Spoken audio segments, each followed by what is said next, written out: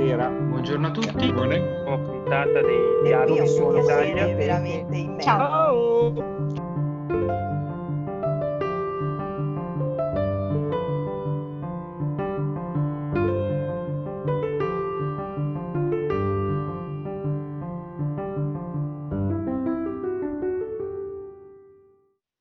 Buongiorno a tutti e benvenuti a questo nuovo appuntamento dei Dialoghi di Urbisaglia. Oggi abbiamo il piacere di avere con noi due studiosi di storia del libro molto importanti. Abbiamo il piacere di avere con noi Andrew Pettegree e Arthur der Weduwen. Andrew Pettegree è professore di storia del Dipartimento di Storia della Università di St. Andrews in Scozia. È autore di numerosi volumi, di numerosi studi sulla storia del libro nel periodo della Riforma e nei Paesi Bassi nella prima età moderna. È anche direttore del progetto dello Universal Short Title Catalog ed è autore insieme ad Arthur di due volumi di cui adesso parleremo, mentre Arthur è anche è uno studioso di origine olandese che si trova oggi a St. Andrews come postdoctoral fellow, sempre nel Dipartimento di Storia, con un forte focus in ovviamente storia del libro, e partecipa anche lui allo Universal Short Title Catalog Project. Nel 2017 ha pubblicato il suo primo libro, che è in due voluminosi tomi, che rappresenta il primo sondaggio completo di tutte le gazzette e i giornali del Seicento in area olandese e fiamminga. Allora, oggi abbiamo quindi come tema, a quello che si è capito, una parte della storia del libro molto specifica, che è quella dell'area dei Paesi Bassi. So we can start our interview now about your wonderful work. The first question is for you, Andrew. Why the Netherlands? Why this decision to study the book market of the Flemish area, the Dutch book market in the early modern age? Well, this was not entirely a new departure for me. I'd worked on the Dutch book market for my postdoctoral project on the role of Emden in the Dutch Revolt. And of course, Emden was a major center of publishing. So I had done some bibliography then in order to reconstitute the corpus of books published in exile in Emden in support of Protestantism in the Dutch Revolt. And then when we were working towards the Universal Short Title project, we had done a bibliography of books published in the Netherlands. So when Arthur came to St. Andrews and started working first on his Dutch newspapers and then on Dutch ordinances and state communication, it seemed quite natural to move on to a comprehensive survey of Dutch publishing in the Golden Age. It was just sort of a logical move from the 16th to the 17th century. And as we worked into that, it was astonishing to find that no one had written this book before. I mean, there's been so much written about the Dutch in the 17th century and their art and their trade and their relationships with their neighbors and their religion and their toleration, but nobody had done a survey of their book world. And it proved to be an enormously rich project. So that's how it came about. And once we got started, it came together really very quickly. And Arthur, so how was for you this experience of working on such a great topics and then producing this amazing book, which was published, for what I know, both contemporary in English and in Dutch? Yeah, that's correct. And well, all I can say is that it was a really, really wonderful experience. like Andrew was saying, the book came about quite organically. We were already together working on two projects that were part of this. One of which was an investigation of about 6,000 Dutch pamphlets from the 17th century, which are held in the library of Trinity College Dublin. And we were cataloguing these systematically for the USTC. And besides that, we were working on a study of newspaper advertising, which was sort of coming out of the bibliography that I'd done on newspapers. And in these advertisements, we encountered numerous notices for Dutch books, especially sort of slightly cheaper devotional publications. And this really, these projects led us to start thinking about some of the major themes. And before we knew it, we'd sketched out a sort of a rough structure of really dividing the book by all the various themes of publishing in the Dutch Golden Age. And our intention here was really to pay just as much, if not more, focus on the books that we considered had traditionally been somewhat neglected in this story. That is to say that the people who have written most about the beauties of Dutch publishing in the 17th century have traditionally focused on its great, magnificent works, where the Blauw Atlas is a fantastic example.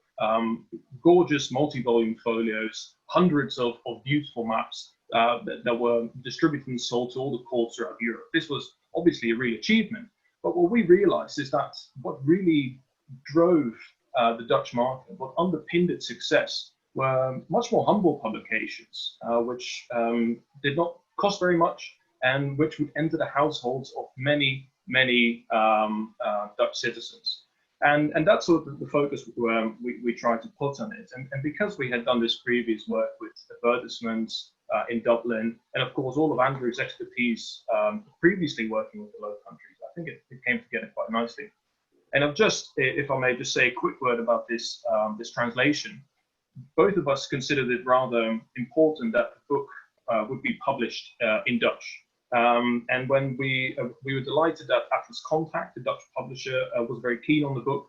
And so we considered to give them a pretty good selling season to ensure that the Dutch and the English edition would both be on sale at the same time. And we worked with this fantastic Dutch translator who I corresponded with extensively as he was translating every chapter, and he really did a phenomenal job of producing the Dutch edition, which is also lusciously illustrated. It's really a lovely book. So it was altogether just a lot of fun.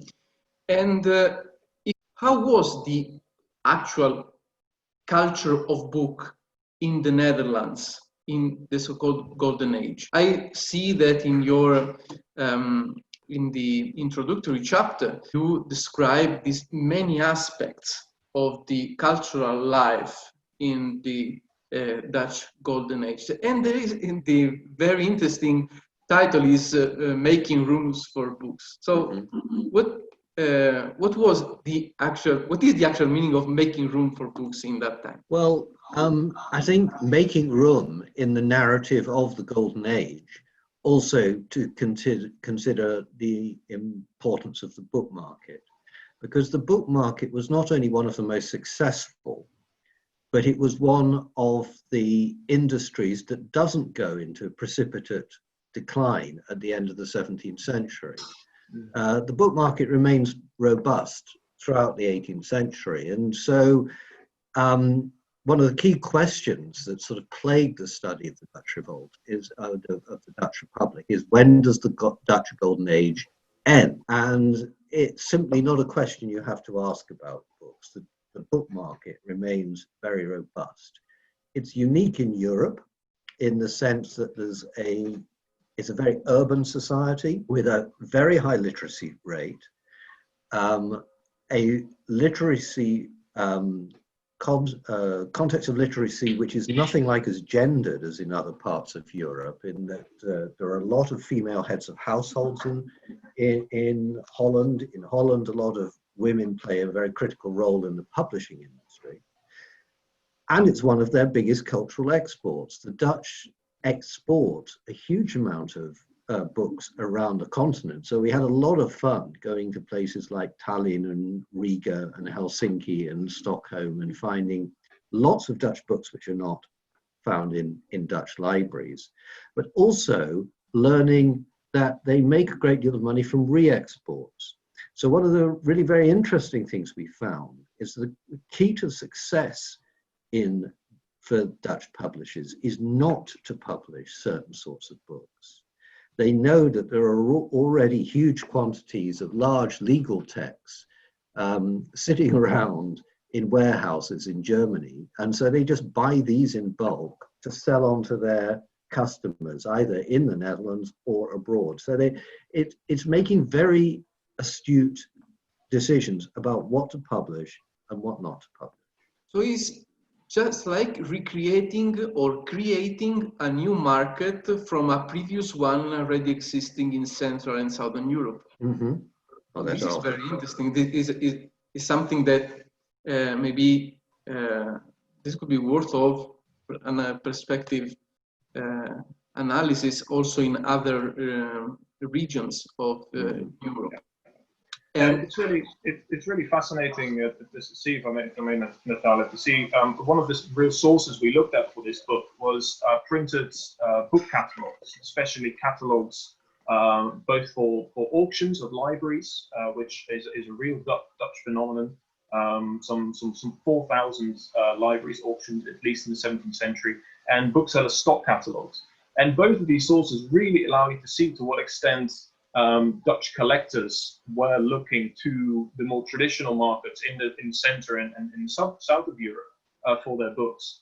A real fascination, for example, with Italian literature, and a real reliance on the market of Germany for legal texts, for medicine, and also for the sort of multi-volume theological tomes that would be published there. And here, especially also interesting to see that, for example, the class of theologians who made up one of the biggest sort of proportions of serious book collectors in the Dutch Republic would not only be collecting Protestant works, but they would also be collecting many Catholic books as well.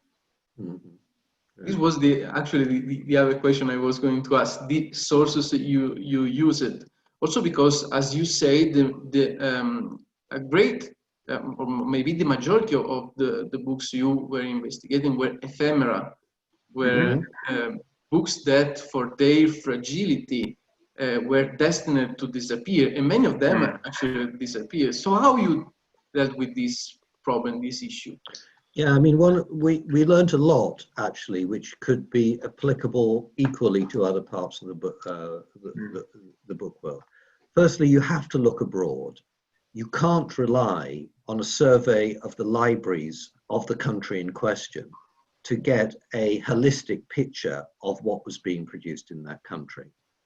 For instance, we found literally thousands of academic dissertations uniquely in libraries abroad. About half the newspapers that Arthur surveyed for his study of early Dutch newspapers, the copies are uniquely abroad. And of the auction catalogues that we made such a great use of for data on current ownership and who own these books, something like 9/10 of those are now in libraries abroad. So the concept of national bibliography is to some extent, in my view, now redundant if you're really trying to create a holistic view of what a country published. But of course, what a country published is not the same as what a country read. And for all the Dutch books that were published being sold abroad, there were books published abroad which were read in the Netherlands, and hence the importance of these auction catalogues. We also use auction catalogues a very great deal to try and identify books which, though listed in these catalogues, cannot now be found in a current library. In other words, we wanted to reintroduce these lost books into the study of reading culture. And I think this is going to be a very important development in bibliography. It's far easier for the 17th century, it must be said, than for the 16th. because it depends on these high quality resources which list not only authors and titles, as you might find in an inventory of a library, a manuscript inventory, but place of publication, date, and format, so that you can then match it to existing editions. But this was absolutely fascinating, what you can learn from this. Yes, the lost books is a subject that has now a quite interesting development, as we saw, for example, by the publication of the book for your series, The Library Written, Lost Books, which was, if I recall well, the topic of one of the St. Andrew's conference. And we also learned you also have to look not just in libraries, but in archives.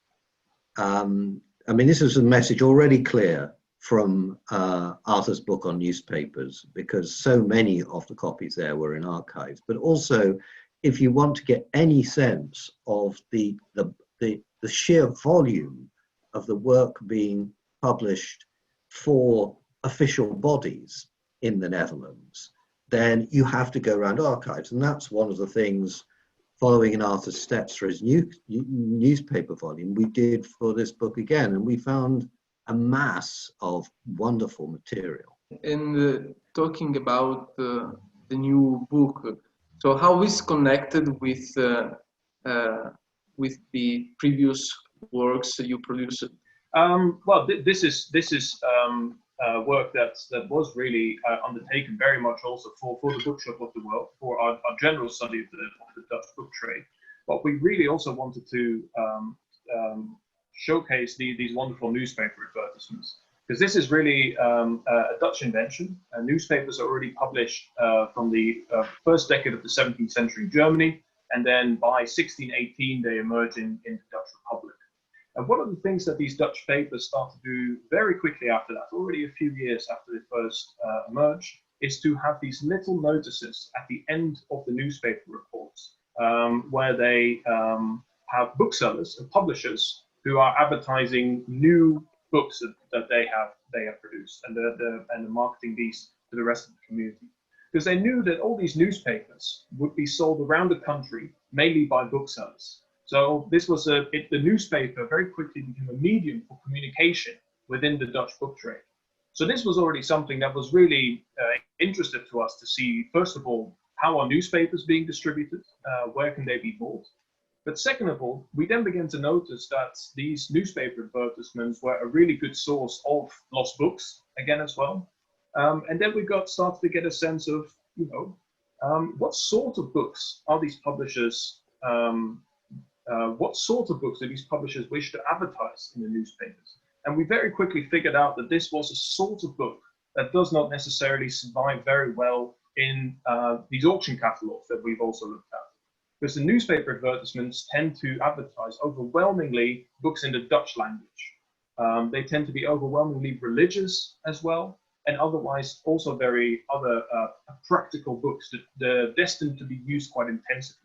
So this was really a gold mine, and we started to, first of all, just transcribe the text of all these newspaper advertisements, and then we considered, we should really make this available to a broader public. So we translated them from Dutch to English, and this is really what emerged as these two books on advertising, where we've looked at the first 6,000 newspaper advertisements to be placed in the Netherlands from 1620 to 1675.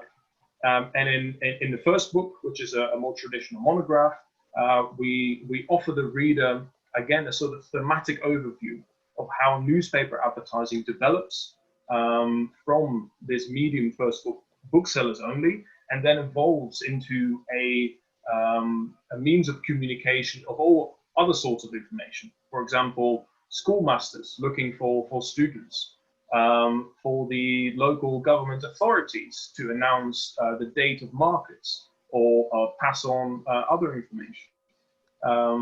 It very quickly also becomes a medium for the wholesale trade, so auctions of East Indiamen that have come into port and they have a special cargo, or even of crime, of people, occasional murder, of goods being stolen, of possessions going missing, or children running away, a real sort of dazzling array of information on daily life in the Dutch Golden Age. So this, so we first have this monograph where we offer the reader the whole narrative through this development, and then in the second book we offer the actual text of all these advertisements in English, all fully annotated. So we hope that this may offer a chance to readers who cannot read Dutch to really enjoy and engage with these advertisements. I should say that of the book advertisements, I think a third of the books advertised can't now be found in a surviving copy. That's correct. Now I have a question which is kind of different from what was our interview. How is the experience of writing a book on books in terms of co-authoring? Well, it's I have to say it's a lot of fun, and if I may say so, it works really well, I think. So I'm very happy with it. I mean, basically, it's you know, I think one of the crucial things is that we do the research for all this work together. So both on trips abroad or here in St Andrews, there's a lot of sort of shared discoveries and a lot of conversation about the material. So really, the ideas you see presented in the books have come through us working together quite intensively with the material in this way. I think that's important, and I think also that having co-author, you always need to say, you know, we are both responsible for this work, and so we should also always both be happy with what we're presenting. This is joint work, so there's no finger pointing to say Andrew wrote that bit or I wrote this bit. Obviously, when the writing happens, what we tend to do is we divide segments of writing. Andrew does this, I do this, and then when the person has finished writing, he passes it on to the other, and that person then goes through the entire text, reading with track changes and annotating things, making suggestions, whatever needs doing, and then the other person goes through it and accepts everything.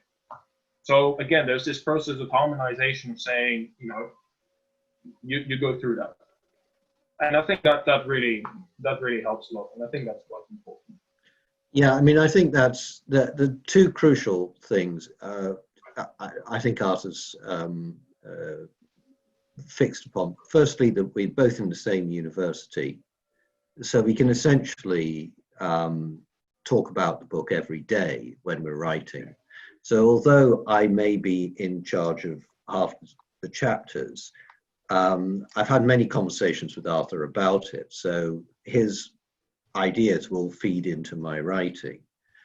And this is what we're doing too, incidentally, with our next book, which was a history of the library from ancient Greece to the present. Now, obviously, that's a big scope, but we've divided the chapters up in half.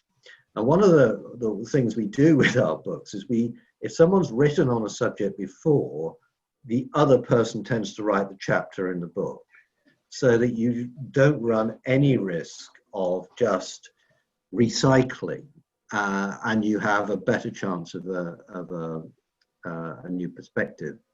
And I think the protocol, which was never stated but just arose organically, that when you've written your chapter and the other individual reads it and marks it up, you just accept all the changes. So we never argue about text.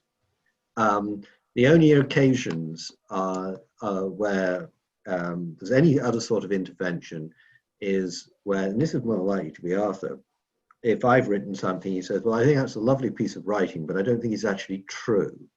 So on those occasions,